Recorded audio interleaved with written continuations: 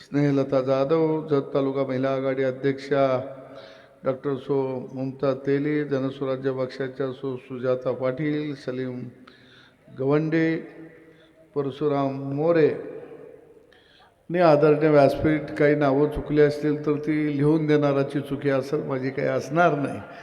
आणि जमलेल्या शेतकरी भावांनो, तरुण मित्रांनो आणि पत्रकार भावांनो, जत तालुक्याच्या निवडणुकीकडं अखंड महाराष्ट्राचं लक्ष लागलंय. का लागलंय तुम्हाला माहीत आहे. सगळ्यांना एक कळलं या की गोपीचंद पडळकर नावाचा गावोगाड्यातला पोरगा जर महाराष्ट्राच्या विधानसभेमध्ये आमदार म्हणून आला तर परत येताना तो जतला मंत्री म्हणून येणार आहे, हे सगळ्यांना माहीत आहे. आणि तो मंत्री म्हणून आला की या सगळ्या गड्यांचं 7-12वरचं नाव निघून जाणार आहे. आणि त्यामुळं अख्खा महाराष्ट्र महाविकास आघाडी कामाला लागली आहे की हा गडी पडला पाहिजे. पण त्यांना माहीत नाही जत तालुक्यातलं गडी एवढं नेटाचं आहे, अरे गडी पडतोय काय, त्याला खांद्यावनं घेऊन महाराष्ट्राच्या विधानसभेमध्ये येणार आहेत. आणि म्हणून 23 तारखेला जो गुलाल पडणार आहे तो गुलाल शेताभातात राबणारा शेतकरी, शेतमजूर, 12 बलुतेदार, आलुतेदार यांचा तो गुलाल असणार आहे.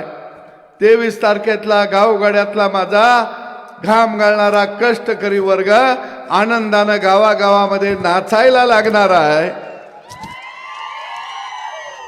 आणि हे त्यांना कळलं या.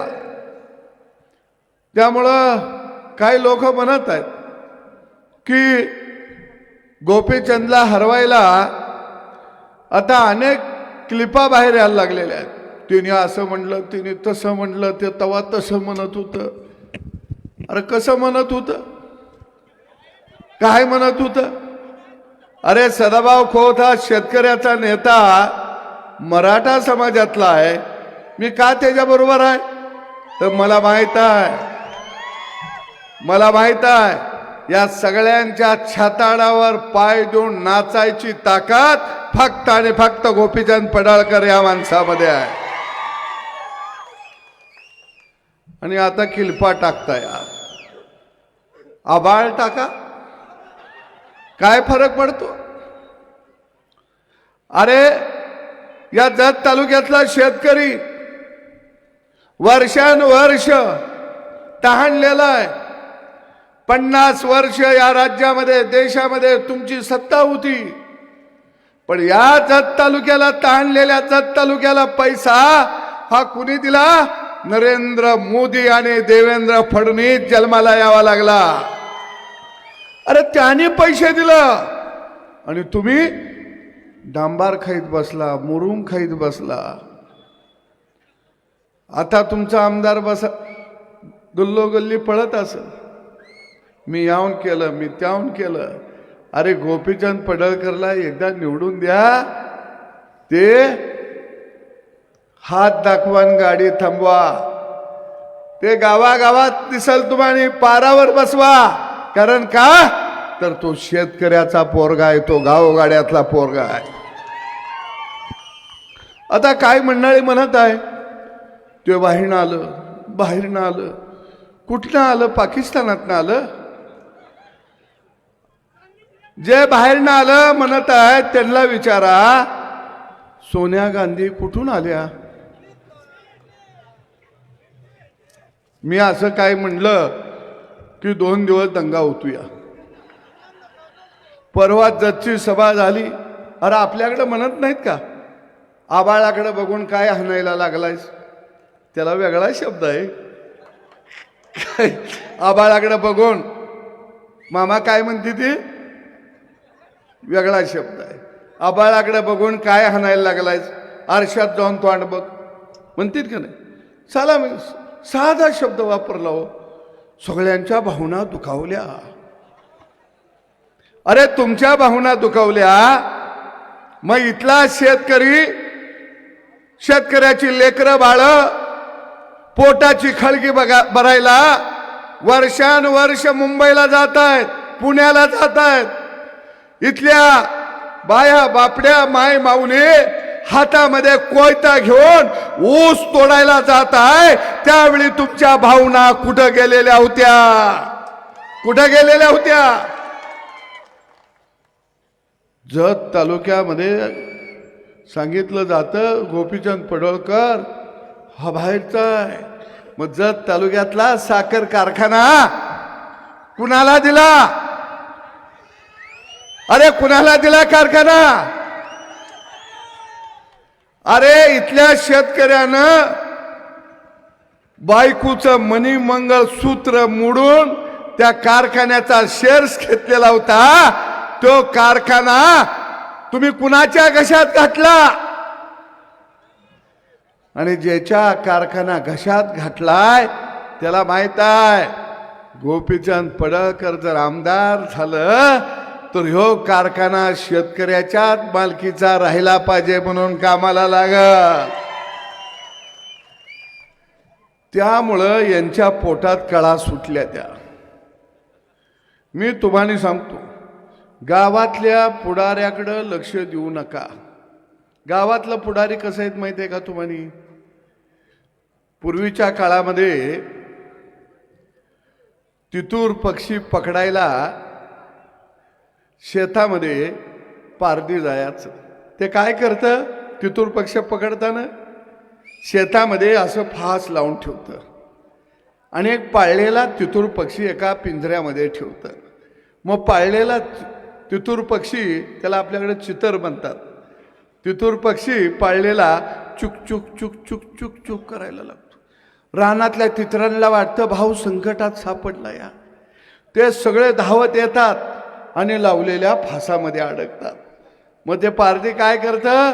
नव्या तितरांना कापून खातं आणि ज्यानं बोलवायचं काम केलंय त्याला जरा गहू तांदूळ खायला घालतं. तसं गावातल्या तितरांना वरनं तांदूळ आलं की ती चुक चुक चुक चुक चुक चुक करायला जाते. मग आपण पळतच सुटतोया. हे गडी आपल्याला कापूनच खाते ते. आता तुमच्या लक्षात आलं असेल, गावात मेन पुढारी आहेत, त्यांना निवडणूक म्हणजे ह्यो माळाचा महिना असतो. माळाच्या महिन्यात नाही का नैवत घरावर ठेवत कावळा शिवायला येतो, तसा निवडणूक म्हणजे गावातल्या पुढाऱ्यांना म्हाळाचा महिना असतो. त्यांना आता निवद येणार. निवद आला की ती शिवायला जाणार. निवद शिवला की काव काव. मग गावात तुमच्यापाशी जो पुढारी 5 वर्ष बोलत नाही तो तुम्हाला म्हणतो, मारुतराव काय चाललंय या, कसं काय आहे तुमचं? तुमच्यासारखा राव माणूस नाही. मग 5 वर्ष काय मी जनावर होतो? या गड्यांच्यापासून सावध राहा. जत तालुक्याला जरा जास्त सवय दिसते. मी 2-4 दिवस झालं फिरतोया सगळं गडी. काय आहे का नाही, काय आहे का नाही. मी म्हणलो काय उपाशा पोटीच झोपताय का काय? कारण भावानो ही लढाई आपल्या लेकरा बाळांची लढाई आहे. अरे गोपीचंद पडळकरला निवडून द्या. या तालुक्यामध्ये 5 वर्षामध्ये 50,000 तरुणाच्या हाताला आम्ही काम देतो. 50,000 तरुणाच्या हाताला. फक्त 8-10 दिवस पायाला भिंगरी बांधून फिरा. तुम्ही काय चिंता करू नका. हे निवडून आलं की उद्योग उभा राहणार. हे निवडून आलं की गावोगावचं रस्ता होणार. शेताला जायचं रस्ता होणार. मी काही गावातनं तुमच्या फिरलो राव. काय सुंदर रस्ता आहेत. एवढे चांगले रस्ते. तूप सांडावं दोन्ही हाताने भरून घ्यावं. बर तुमचं पुढारी बी हुशार आहे. तिने एवढं खड्ड्या खुड्याचं रस्तं का ठेवलं?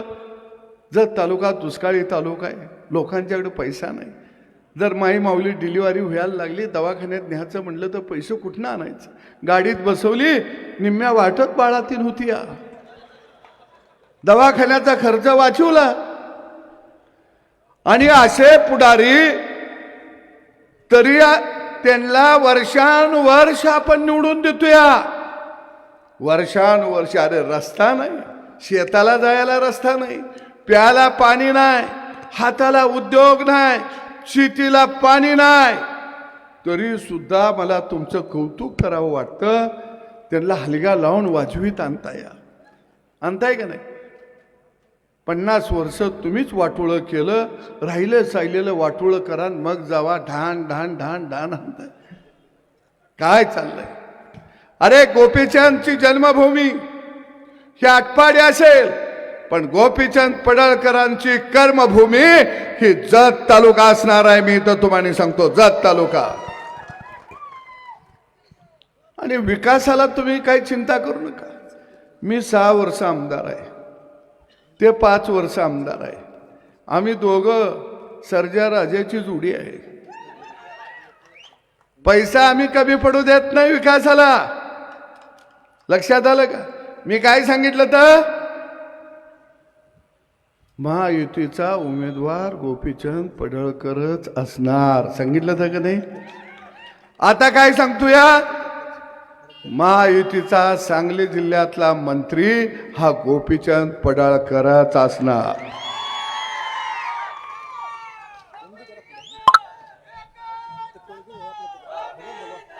मी गोपीचंदला सांगणार आहे, मंत्री झाल्यावर करपलेल्या चेहऱ्यांच्या माणसाला बरोबर ठेवा. कारण मंत्री झालं की टमाटोच्या गालाचं गडी लगेच धावत येते. तुम्ही म्हणणार कसं? मी मंत्री होतो, मीच ते बघितलंय. मी मंत्री होतो, रोज 2-2 हजार माणसं. माझ्या मुंबईतल्या बंगल्यावर झोपायला जागा नसायची. 8-10 चारी भाकरी करू करू थकले. मी म्हणायचा या आलेल्या गड्यांना खायला घाला. आणि ती बी गडी जेवले की म्हणायचे, भाऊ तुमच्यासारखा अभ्यासू माणूस नाही, तुम्हाला प्रचंड शेतीतलं कळतं, महाराष्ट्राच्या विकासाचं कळतं. मी बी चांगला धोट कपड्यातला नेहरू शर्ट भट्टी बिट्टीचा गडी घालून आलेला असला, अत्तर बित्तर मारून मला वाटायचं लय मोठं गडी आपल्याकडे यायला लागली, ते आपलं वजन वाढलं या. आणि साला मंत्रीपद गेलो, गडी गेलं की पळून. मग राहिली तुमच्यासारखी. ती बिचारी आली मला म्हणले, भाऊ तवा त्या गड्याने आम्हाला तुमच्याजवळ येऊच दिलं नाही. मी म्हणलो बाबा चुकलो, पुन्हा झाल्यानंतर मी तुम्हाला कवा सोडणार नाही म्हटलं. कारण मी पडळकर साहेबांना मंत्री झाल्यावर सांगतो, नाही तर आमचा नंबर असायचा दारात, असं नको. बरोबर आहे का? काय प्रमाण? तर कारण गोपीचंद पडळकर हा लढाऊ माणूस. अरे दुष्काळ भागामध्ये आपली गावरान गाय, गावठी गाय ही शेतकऱ्याचं वरदान आहे, लक्ष्मी आहे. तिला 5 वर्षातनं एकदा जरी खोंड झाला तर 2 वर्षाचं शेतीचं उत्पन्न 1 खोंड देतो. आणि मग बैलगाड्याची शर्यतीचं आंदोलन आम्ही उभा केलं आणि बैलगाडी धारकाला आम्ही न्याय दिला का नाही मला सांगा? हे तुमचा आमदार आलं तर त्याला बैलगाडी बिडी काय माहित आहे? काही माहित नाही. कारण आम्ही दुधाचं आंदोलन मुंबईमध्ये घेतलं. आज दूध उत्पादकाला 7 रुपये प्रति लिटर अनुदान सुरू आहे. ते कुणामुळं? गोपीचंद पडळकर यांच्यामुळं. गायच्या दुधाला आम्ही ऊसाचं आंदोलन घेतलं, आम्ही विजेचं आंदोलन घेतलं. आज शेतकऱ्याला 7.5 HP पर्यंत वीज मोफत मिळत्या का नाही? अरे 7.5 HP पर्यंत वीज मोफत मिळवून देणाऱ्या माणसाला मत द्यायचं का? कनेक्शन कट करायला माणसं लावणाऱ्या माणसाला मत द्यायचं, एवढं जरी ठरवलं तरी तुम्हाला भरपूर समजलं. अरे काय दिलं नाही सरकारनं? दुधाला 7 रुपये अनुदान दिलं, 7.5 HP पर्यंत वीज मोफत दिली, विजेची थकबाकी 100% माफ केली. शेतकऱ्याच्या खात्यावर 12,000 येत होतं, आता 15,000 येणार. माय माऊलीला 1500 येत होतं, आता आपण काय सांगितलं? 2100 येणार. म्हणजे नवऱ्याचं 15,000, बायकोचं 2100, ह्याचा हिशोब जर काढला तर ते झालं 25,000, नवऱ्याचं 15,000, वर्षाला किती झालं 40,000, महिन्याला किती झालं 3,300 रुपये. अरे जे आपल्याला खात्यात पैसे टाकतं या, मग त्याला द्यायचं का ज्यानं काही दिलं नाही त्याला द्यायचं. त्याच्या पुढे जाऊन सरकारनं सांगितलं की आमचं सरकार युतीचं सत्तेवर आलं, महाराष्ट्रातल्या शेतकऱ्याला आम्ही कर्जमाफी देणार. आता हे काँग्रेसवाले म्हणायला लागले आम्ही 3,000 देणार. मग 3,000 देणार तर कोर्टात का गेला? ज्यावेळी पैसा दिला तेव्हा म्हणले राज्याची अर्थव्यवस्था कोलमडेल. मग आता 3,000 द्याला काय कुबेराचा जाऊन मुका घेऊन खाली आलायचा? आता कुठून येणार पैसे? अरे इथं 3,000 देणार म्हणता, मग कर्नाटकमध्ये तुमचं सरकार आहे, तेलंगणामध्ये तुमचं सरकार आहे, पहिल्यांदा तिथं मायमाऊलीला पैसे द्या आणि मग महाराष्ट्रामध्ये सांगायला या. आणि म्हणून भावांनो, मी तुम्हाला विनंती करणार, एक हिरा तुमच्या हातामध्ये दिला आहे, त्याला घडवण्याचं काम तुम्हाला करायचं आहे. त्या हिऱ्याला जपण्याचं काम खऱ्या अर्थानं तुम्हाला करायचं आहे.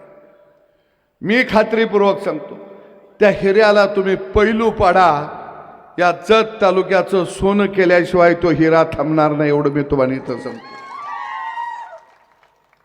अशी गरिबाची पोरं ज्यांना गावगाडा माहीत आहे, गावगाड्यातली रबणारी माणसं माहीत आहे, ही लेकरं बाळ त्या सभागृहात गेल्याशिवाय आपल्या बाजूचं धोरण कोणी मानणार नाही.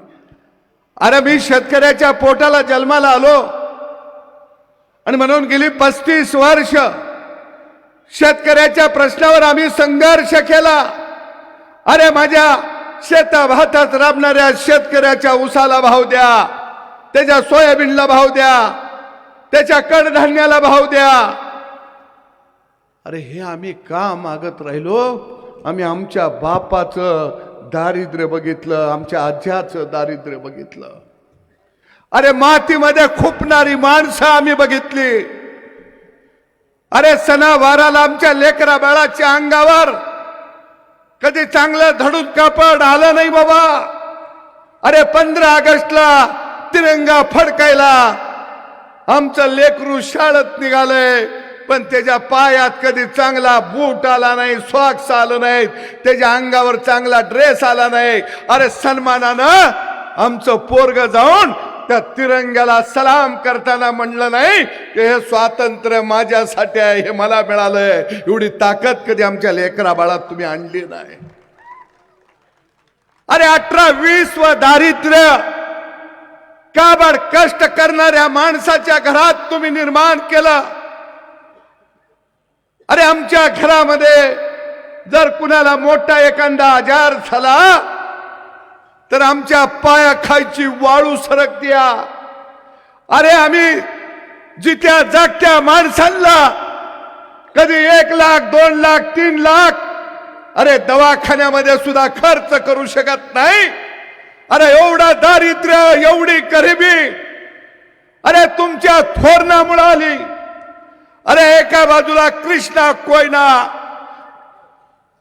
दुई थडी भरून वाहत आहे. अरे पावसाळ्यामध्ये गावाच्या गाव पाण्याखाली जात आहेत, पण ते पाणी कधी तुम्हाला दुष्काळ भागाला द्यावं हे 60 वर्षामध्ये तुम्हाला कधी वाटलं नाही. आणि म्हणून हे निर्डावलेले सराईत गुन्हेगार आहेत, याने गावगाड्याला लुटलंय, बेचिराग केलंय. आणि म्हणून ह्या निवडणुकीमध्ये गावगाड्याच्या बाजूनं लढणाऱ्या पोराला आपल्याला साथ द्यायची आहे, लढणाऱ्या पोराला आपल्याला साथ द्यायची. अरे उमदी येते 2000 एकरावरती MIDC त्या माणसानं आणली. आज ज्यांनी MIDC मंजूर केली ते उदय सामंत उद्योग मंत्री इथं यायला लागलेले आहेत. अरे या महाराष्ट्राच्या इतिहासामध्ये या जत तालुक्यामध्ये 2000 एकरावर MIDC घेऊन ज्यानं दिल्या त्याला सांगायला इथं बोलवलं तर फक्त निजड्या छातीचा गोपीचंद पडळकरांचा. अरे हे तुम्हाला का वाटलं नाही? अरे इथली माय माऊली ऊस तोडायला जाती आणि पाचटाच्या घरामध्ये राहती, खोपट करून राहती. अरे तिचं दारिद्र्य, तिचं कष्ट, तिची मेहनत, तिचा घाम बैलगाडीवरती लेकराला घेऊन 2 घास त्याच्या मुखात भरवत असती उन्हामध्ये. अरे हे दुःख, ह्या वेदना अरे तुम्हाला 50 वर्षामध्ये का दिसल्या नाही? मी तुम्हाला शब्द देतो, गोपीचंद पडळकरला निवडून द्या. 2 वर्षात आम्ही कोयता खाली ठेवल्याशिवाय थांबणार नाही. अरे हे विजन आहे, हा कार्यक्रम आहे आमचा. आम्ही कुणाची जिरवायला उभा नाही राहिलो. मला माहित आहे गोपीचंद पडळकर याला पाडायसाठी महाराष्ट्रातनं रेल्वे यायला लागलेले आहेत. त्यांना वाटतं की जत तालुका इथली माणसं हे स्वतःचा सौदा करतात. अरे इथली माणसं कठीण परिस्थितीमध्ये या दुष्काळाशी 2 हात करून झुंजत आहेत, लढत आहेत. अरे पाऊस नाही पडला तर खडका संग धडका घेत आहेत. अरे तुम्ही किती बॅगा भरून आणा, त्याला पायानं ठोकरून गोपीचंद पडळकरला विजय केल्याशिवाय थांबणार नाहीत, हे मी तुम्हाला सांगतो. भावांनो, खरंच गावगाड्याचं चित्र आणि त्यांचं दारिद्र्य जर बघितलं तर प्रचंड भयानक आहे.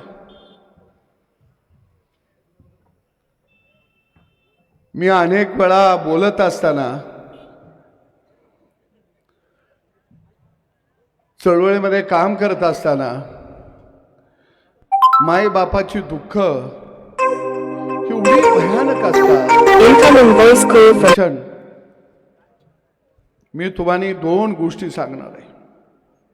त्या जर तुमच्या मनाला पटल्या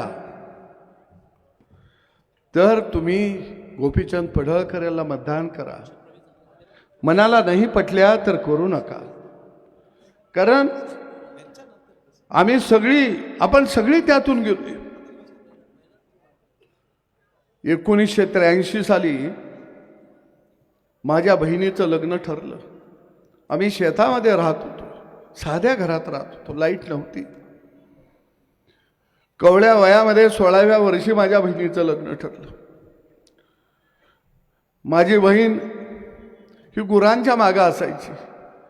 मी शाळेला सुट्टी असली तर कधीतरी गुराच्या मागं जायचा. बऱ्याच वेळा मी गुराच्या मागं जायला नाही म्हणायचा. बहीण माझी रडायची, मला 1 दिवस तर घरात राहून दे. हे दारिद्र्य सगळ्यांनी भोगलं. ज्या दिवशी माझ्या बहिणीचा साखरपुडा झाला, याद्या झाल्या आणि संध्याकाळी माझी बहीण आईच्या कुशीमध्ये झोपलेली होती. मिनमिनता राखेल तेलाचा टेंबा त्याच्या उझडामध्ये माझी आई बहिणीच्या केसावरनं हात फिरवत होती. मीही जागा होतो आणि केसावरनं हात फिरवताना आई बहिणीला म्हणत होती, लेकी मी तुला काही दिलं नाही, काही घेतलं नाही, कधी तुला यात्रेला घेऊन गेलो नाही, कधी दुकानदाराकडे घेऊन माझ्या लेकीला कुठलं कापड आवडतं लेखे मी नाही म्हणलो, कधी तुला मी सोन्या चांदीच्या दुकानात नाही घेऊन गेलो, तुला काय आवडतंय ग. आई लेकीला बोलत होती आणि सांगत होते की दिल्या घरी सुखी राहा, चुलीला लाकूड जळावं तसं जळ, आई बापाचं सखू नाव कमीव, तुझं चांगलं होईल. माझी बहीण आईच्या कुशीमध्ये रडता रडता म्हणत होती मला काही नको. ती म्हणत होती आई तुम्ही चांगलं राहा, माझ्या भावाला मोठा कर, चांगलं शिकव. अरे शेतकऱ्याच्या लेकराने लेकी बाळीने काय बघितलं, कोणतं स्वप्न बघितलं? अरे एवढा दारिद्र्य आमच्या पाचवीला पुजलं. त्या दारिद्र्यामध्ये पिढ्यानपिढ्या आमच्या खपल्या. अरे आमच्या घरात दाराच्या राख रांगोळी झाल्या. आमच्या लेकरा बाळांच्या चेहऱ्यावर कधी हास्य नाही फुललं. अरे एवढं दारिद्र्य तुमच्या धोरणामुळं तयार झालं. धोरणामुळं अरे तुम्ही शेतीला पाणी दिलं असतं, शेतमालाला भाव दिला असता, उद्योग उभा केला असता, तर आमच्या लेकीच्या डोळ्यात पाणी आलं नसतं, आमच्या माईच्या डोळ्यात पाणी आलं नसतं.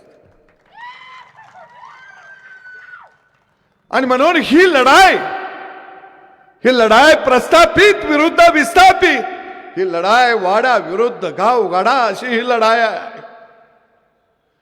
ही मोठी लढाई आहे. आणि म्हणून अनेकांना वाटतं गोपीचंद पडळकरांचा पराभव झाला पाहिजे. अरे बारामतीपासून तुम्ही बॅगा पाठवून देता.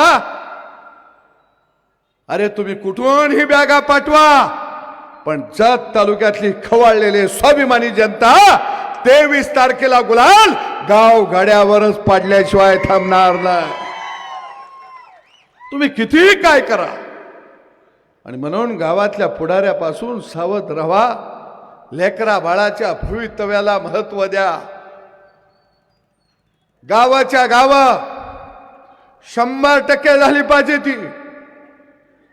जो आपला ऐकत नाही त्याला सांगा, अरे तुझ्या लेकरा बाळाच्या भवितव्यासाठी एकदा तुला मतदान गोपीचंदला करायचं, एकदा करायचं. हे जाऊन सांगा. तुम्ही थांबू नका. भाकरी बांधा, बाहेर पडा. अरे सदाभाऊ खोत माडा मतदारसंघामध्ये सांगलीतनं जाऊन उभा राहिला. गोर गरीब शेतकरी, शेतमजूर, 12 बुलतेदार, आलुतेदार यांनी मला 5 लाख मतं दिली. 5 लाख मत. अरे गरिबाची माझी झोळी फाटली. माझ्या प्रचारात कोण होता? गाव गाड्यातला टोपीवाला, फेटावाला, शेतात राबणारा शेतकरी, शेतमजूर, गुरांच्या माग, शेळ्यांच्या माग धावणारा गाव गाड्यातला राजा सदाभाऊच्या पाठीमाग होता.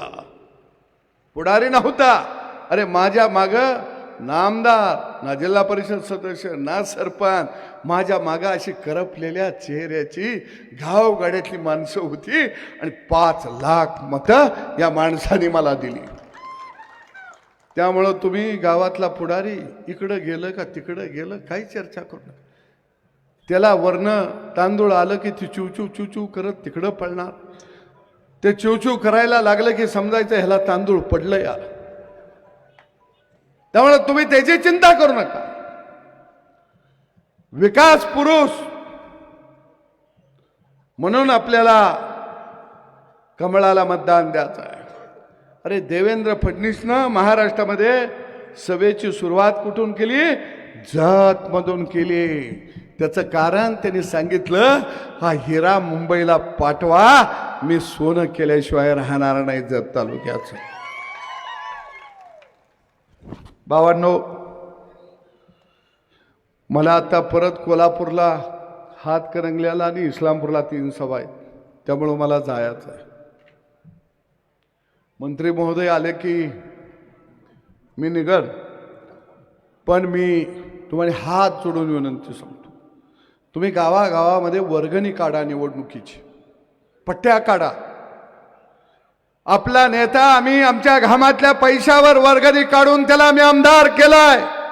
हा इतिहास पहिल्यांदा या जत तालुक्यामध्ये निर्माण झाला पाहिजे हे ध्यानात ठेवा. आणि आता सभा झाल्यानंतर या महाराष्ट्राला समजून दे की हे नेतृत्व आम्ही कसं उभा करत आहे. सभा झाल्यानंतर तुमच्या खिशात 10 रुपये द्या, 20 रुपये द्या, 2 रुपये द्या, 1 रुपये द्या. या व्यासपीठावरती किमान या निवडणुकीमध्ये माझं 10 रुपये आहेत, या निवडणुकीमध्ये माझं 100 रुपये आहेत, या निवडणुकीत 50 आहे, ते पैसे इथं ठेवा. आणि मग कळेल की हा जत तालुका घामाच्या पैशावर जगतो, घामाच्या पैशावर. मला वाटतं 12 तारखेला परत मी संघला येणार आहे. मुचंडीला सभा आहे आणि डफळापूरला आहे, तिथेही आपण बोलू. पण तुम्ही सगळे कामाला लागा. मंत्री महोदय या ठिकाणी आलेले आहेत, त्यांचं इथं आल्यावर टाळ्या वाजवून उभा राहून सगळ्यांनी स्वागत करा. धन्यवाद.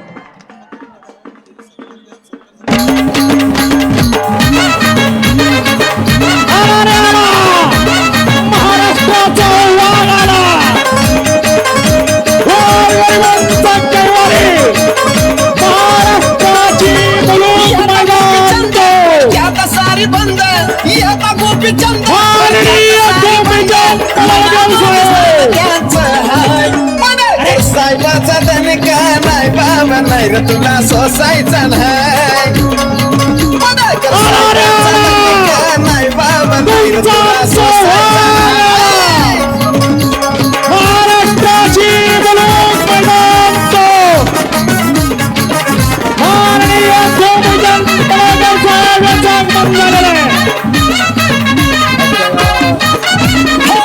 कर्जावरती राज केलं या साहेबांनी रे, कुठंच नाही मी आता कुणी गोपी शेटवानी रे.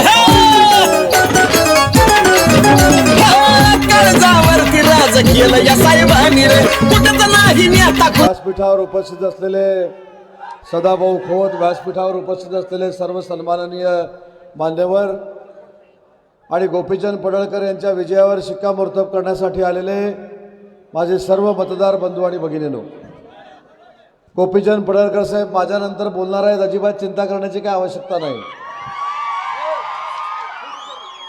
आज मला इथं महत्त्वाची एक गोष्ट सांगायची होती, म्हणून मी गोपीचंद पडळकरांच्या प्रचारासाठी आलो. मला आठवतं की गेल्या 3-4 महिन्यापासून या जत विधानसभा मतदारसंघातल्या युवकांच्या हाताला काम मिळालं पाहिजे म्हणून गोपीचंद पडळकरशी एकनाथ शिंदेसाहेब, देवेंद्रजी, अजितदादांकडे आणि माझ्याकडे सातत्यानं पाठपुरावा करत होते. पण एखादा चिकट उमेदवार कसा असतो हे महाराष्ट्रात कुठं बघायचं असेल तर त्याचं मूर्तिमंत उदाहरण म्हणजे गोपीचंद पडळकर आहेत. इतका पाठपुरावा केला की महाराष्ट्रातली सगळ्यात कमी वेळात मंजूर झालेली MIDC जर कुठे असेल तर तुमच्या ती जतमध्ये आहे, तुमच्या मतदारसंघामध्ये आहे. गोपीचंदजी, तुमचा विजय निश्चित आहे. महायुतीचं सरकार येणार ही देखील काळ्या दगडावरची रेघ आहे. तुम्ही देखील मोठ्या फरकाने येणार ही देखील काळ्या दगडावरची रेघ आहे. तुम्ही आमदार झाल्यानंतर ज्या पद्धतीनं तुम्ही पाठपुरावा करता, मी शासनाच्या वतीनं आपल्याला शब्द देतो की भविष्यात या तरुणांच्या हाताला काम देण्यासाठी मोठा प्रकल्प या भागामध्ये आणण्याचा आपण नक्की प्रयत्न करू आणि या युवकांच्या हाताला काम देऊ. पण तुम्ही सगळे सहनशील पण भरपूर आहे. मी आता हेलिकॉप्टरमधनं उतरलो, मला गोपीचंद पडळकर साहेबांनी सांगितलं की 10 मिनिटं लागतील, मला यायला 20 मिनिटं लागली. काय सुंदर रस्ता केलाय तुमच्या पूर्वीच्या आमदारानं. म्हणजे 10 मिनिटाचे 20 मिनिटं रस्त्यावर नाही यायला लागले. पुढच्या वेळी 1 वर्षानं जेव्हा येईन तेव्हा गोपीचंद पडळकरांच्या नेतृत्वाखाली हेलिकॉप्टर अजून लांब जरी उतरलं तरी 10 मिनिटात इथं पोहोचू शकतो, इतका चांगला रस्ता गोपीचंद पडळकर करतील. कारण शेवटी लोकप्रतिनिधी हा पाठपुरावा करणारा असावा लागतो. लोकप्रतिनिधी हा लोकांमधला असावा लागतो. लोकप्रतिनिधी हा सर्वसामान्यांचा मान सन्मान करणारा असावा लागतो आणि तो लोकप्रतिनिधी भविष्यामध्ये तुम्हाला मिळणार आहे. गोपीचंद पडळकर साहेब, मी तुम्हाला अजून एक धन्यवाद देतो. कदाचित काही मंडळींना माहीत आहे की नाही मला माहीत नाही आणि तुम्हाला पण माहीत आहे की नाही मला माहीत नाही. तुमची उमेदवारी जर अजून उशिरा जाहीर झाली असती तर समोरचे नक्की आपल्याकडे आले असते. एवढा त्यांनी धसका तुमचा घेतलेला आहे. आणि तुम्हाला माहीत नसेल तर अजून एक सांगतो, त्यांच्याबरोबर 2-3 मीटिंग माझ्या पण झाल्या होत्या आमच्याकडे यायला. त्याच्यामुळे ते फिरत होते, कुठच्या पक्षात जायचं, कुठचा पक्ष निवडून येणार आहे हे शोधत होते. परंतु या निवडून येणाऱ्या पक्षातनं गोपीचंद पडळकरांना उमेदवारी मिळालेली आहे आणि गोपीचंद पडळकरच निवडून येणार आहेत ही आमची खात्री झाल्यानंतर आम्ही त्यांना 4थ्या मीटिंगला पण बोलवलं नाही. पण मला गोपीचंद पडळकर साहेबांना अजून एक धन्यवाद द्यायचे आहेत. मी देखील 5व्यांदा विधानसभेच्या निवडणुकीला सामोरं जातोय, पण असा उत्साह, असे कार्यकर्ते पहिल्याच निवडणुकीला तुम्हाला मिळत आहेत हे तुमचं परम भाग्य आहे. कारण तुम्ही या सगळ्यांचा विश्वास संपादन केलेला आहे आणि विश्वास संपादन करताना पहिलं काम करून दाखवलंय. मला आठवतं, मी वर्षभरापूर्वी या परिसरामध्ये आलो होतो. इथले 2 प्रकल्प होते. एक पूर्ण आपला जो सीमा भाग आहे त्याच्यातली 2000 कोटीची नळपाणी योजना होती आणि एक कालव्याचं काम होतं. आणि मी शब्द देऊन गेलो होतो, 1 वर्षात माननीय एकनाथ शिंदे साहेबांच्या नेतृत्वाखाली, देवेंद्रजी फडणवीस साहेबांच्या नेतृत्वाखाली आम्ही ही दोन्ही कामं पूर्ण करू. आज मला सांगताना आनंद आहे की या दोन्ही कामांची मंजुरी तर आम्ही दिलीच, पण दोन्ही कामं निम्म्यापेक्षा जास्त पूर्ण झालेली आहेत. याचा पाठपुरावा देखील गोपीचंद पडळकरांनी केलेला होता. आणि MIDCचं देखील मी सांगितलं, MIDC 3 महिन्यामध्ये मंजूर केली. मला आपल्या सगळ्यांना एक विनंती करायची आहे की गोपीचंद पडळकर साहेबांसारखा विधानसभेचा सदस्य हा आमच्यासोबत विधानसभेमध्ये असणं गरजेचं आहे. ते तुम्हाला कदाचित हसत हसत बोलत असतील, पण ते मंत्री म्हणून ज्यावेळी माझ्याकडे कामाला येतात त्यावेळी तुमच्यासाठी माझ्याबरोबर भांडतात. ते म्हणजे एवढं हमरी तुमरी करतात, एवढी हमरी तुमरी करतात की मला काही कामं घाबरून सुद्धा करावी लागतात. आणि भविष्यात या परिसरामध्ये मला यायचं आहे, भविष्यात या परिसरामध्ये आम्हाला यायचं आहे. म्हणून 3 महिन्यात त्यांची आम्ही MIDC जाहीर करून टाकली. काही लोक असं सांगतायत की खरी MIDC झाली की नाही. मला असं वाटतं की ज्यांना काहीच करता आलं नाही त्यांनी गोपीचंद पडळकरांवर अविश्वास दाखवण्याचं कारण नाही. तुम्ही जे काय करू शकला नाही ते आमच्या गोपीचंद पडळकरांनी केलेलं आहे आणि म्हणूनच ते निवडून येणार आहेत आणि म्हणूनच त्यांच्यासाठी हजारो लोक या ठिकाणी जमलेली आहेत. मी तुम्हाला शब्द देतो की गोपीचंद पडळकर साहेबांचा पाठपुरावा एवढा भयानक आहे की आज मी इथनं सांगून गेलोय की प्रकल्पासाठी प्रयत्न करतो, पण पुढच्या वर्षीच्या याच तारखेला ते मला प्रकल्पाच्या भूमिपूजनासाठी बोलवतील ही देखील मला खात्री आहे. मुख्यमंत्री माझी लाडकी बहीण योजना असेल, तरुणांना दिलेल्या योजना असतील, बुजुर्गांना दिलेल्या योजना असतील, या जर बंद पडायच्या नसतील तर गोपीचंद पडळकर हे तुमचे आमदार झाले पाहिजेत. यासाठी आपण त्यांना मदत करावी. कमळासमोरचं बटन दाबून फार मोठं मताधिक्य त्यांना मिळून द्यावं एवढीच विनंती करतो. इथून जाऊन माझ्या कोल्हापूरला अजून 4 सभा आहेत, त्याच्यामुळं मला इथून लवकर निघायचं आहे. सगळ्यांच्या वतीनं विश्वास देऊ ना गोपीचंद पडळकर साहेबांना. गोपीचंद पडळकर साहेब, MIDC तर तुम्ही आणलीतच, पाण्याच्या योजना तुम्ही केल्यातच, त्याच्यामुळं तुम्ही आमदार झालाय असा विश्वास बाळगतो आणि थांबतो. जय हिंद, जय महाराष्ट्र. धन्यवाद सर. यानंतर जत तालुका भाजपतर्फे त्यांचा सत्कार होते. माननीय गोपीचंद पडळकर साहेब, संजयजी देवी साहेब यांच्या शुभ हस्ते आजचा हा सत्कार. महाराष्ट्राचे उपमुख्यमंत्री आदरणीय उदयजी सामंत साहेब यांचा हा जाहीर सत्कार. याता गोपीचंद पडद्यात सारी बंद, याता गोपीचंद पडद्यात सारी बंद, मनामध्ये स्थान त्यांचं. पडळकर साहेबाचा तनिका नाही बाबा नाही रे तुला सोसायचा नाही. पडळकर साहेबाचा तनिका नाही बाबा नाही रे तुला सोसायचा नाही. धन्यवाद. महाराष्ट्राचे उपमुख्यमंत्री सन्माननीय किरणजी सामंत साहेब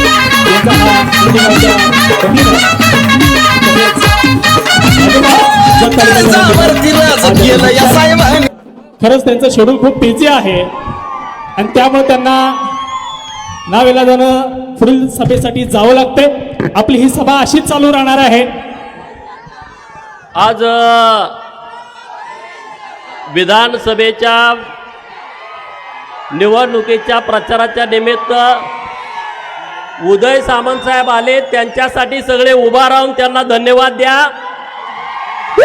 सगळेजण जोरात टाळ्या वाजवून त्यांना धन्यवाद द्या. 3 महिन्याच्या आतमध्ये आपल्याला त्यांनी MIDC दिलेले आहे. आता जरा घोटाळा झाला, आपलं हेलिपॅड झालं आश्रमावर, 20 मिनिटं गेली, त्यांना पुढं 4 सभा आहेत. परंतु महाराष्ट्रातली ही पहिली MIDC आहे, इतक्या कमी वेळामध्ये ती मंजूर झालेली आहे. कृपया बसून घ्यायचं आपण सर्वांनी. आता विरोधकांना कळालं असेल, उद्योग मंत्र्यांनी स्वतः येऊन सांगितलं की MIDC झालेली आहे. आता ते आज झोपत नाहीत का? झोपतील सांगा. आणि त्यांनी आंतरराष्ट्रीय दर्जाच्या ज्या कंपन्या आहेत त्याचा प्रकल्प देण्याचं आता मान्य केलेलं आहे. आणि त्यामुळं तुम्ही चिंता करू नका. संजय राऊतसाठी एकदा टाळ्या वाजवा. आणि इथल्या शेतकऱ्यांच्यासाठी जोरदार टाळ्या वाजवा की ज्यांनी आपल्याला जमीन दिली. हे बघा, MIDC मंजूर झाली, होकार दिला जेव्हा उद्योगमंत्री महोदयांनी, तेव्हा संजय राऊतांच्याकडे इथं सगळे अधिकारी आले, पाहणी झाली, त्यांनी अहवाल दिला की MIDC होऊ शकते. परत मी संजय राऊतांना फोन केला, सरकार MIDC द्यायला तयार आहे, परंतु मला शेतकऱ्यांशी बोलायचं आहे. सगळे शेतकरी तुम्ही बोलवा, नाहीतर एकदा तुम्ही होय म्हणणार आणि परत जर झेंडा दाखवला तर आपली गडबड होऊन जाईल. आणि म्हणून त्यांना विनंती केली की आपण शेतकऱ्यांशी सगळ्या बोलू. शेतकऱ्यांनी 1 तासाच्या आतमध्ये सर्वांनी NOC दिल्या. त्यामुळं 3 महिन्याच्या आतमध्ये MIDC पूर्ण झाली. आता आपला दुसरी मागणी आहे सरकारकडं की जत विधानसभा मतदारसंघ हा क्षेत्रफळानं खूप मोठा आहे. आता आपण जिथं उमदीतनं बोलतोय तिथून सांगली किती किलोमीटर आहे? 150 किलोमीटर. हिंदूराव शेंडगे साहेब आहेत, सगळी त्यांची टीम आहे, इथून 150 किलोमीटर. आमचं एखादा RTOचं काम करायला आम्ही गेलो तर सांगलीत आमच्या ओळखी पाळखी नाहीत, तिथं एजंटाचा सुळसुळाट आहे. आणि म्हणून सरकारकडे आम्ही मागणी करतोय की MH58 हे जत झालं पाहिजे. बरोबर ना? MH58 जत, आपलाही ब्रँड वेगळा करू ना. आणि तो होऊ शकतो. मी कालच सगळी माहिती घेतली. MH57 पर्यंत RTO कार्यालय या राज्यामध्ये सुरू आहेत. MH58 हे जतचं झालं पाहिजे, ते वेगळं झालं पाहिजे. आणि त्याच्यासाठीचा मी पाठपुरावा करणार आणि ते मंजूर करून आणणार. त्याबद्दल तुम्ही अजिबात चिंता करू नका. दुसरा विषय, माझे सहकारी कालपासून फिरतायत या जत तालुक्यामध्ये. तर जवळपास आता माझ्याकडे आकडा आला 16 गावात एसटीच जात नाही. अजून काही गावं असतील, ती माहिती मी, माझे पत्रकार मित्र आहेत, अशी 16 गावं आहेत की त्या गावामध्ये आज 75वा आपण स्वातंत्र्य दिन साजरा केला तरी सुद्धा त्या गावामध्ये एसटी जात नाही.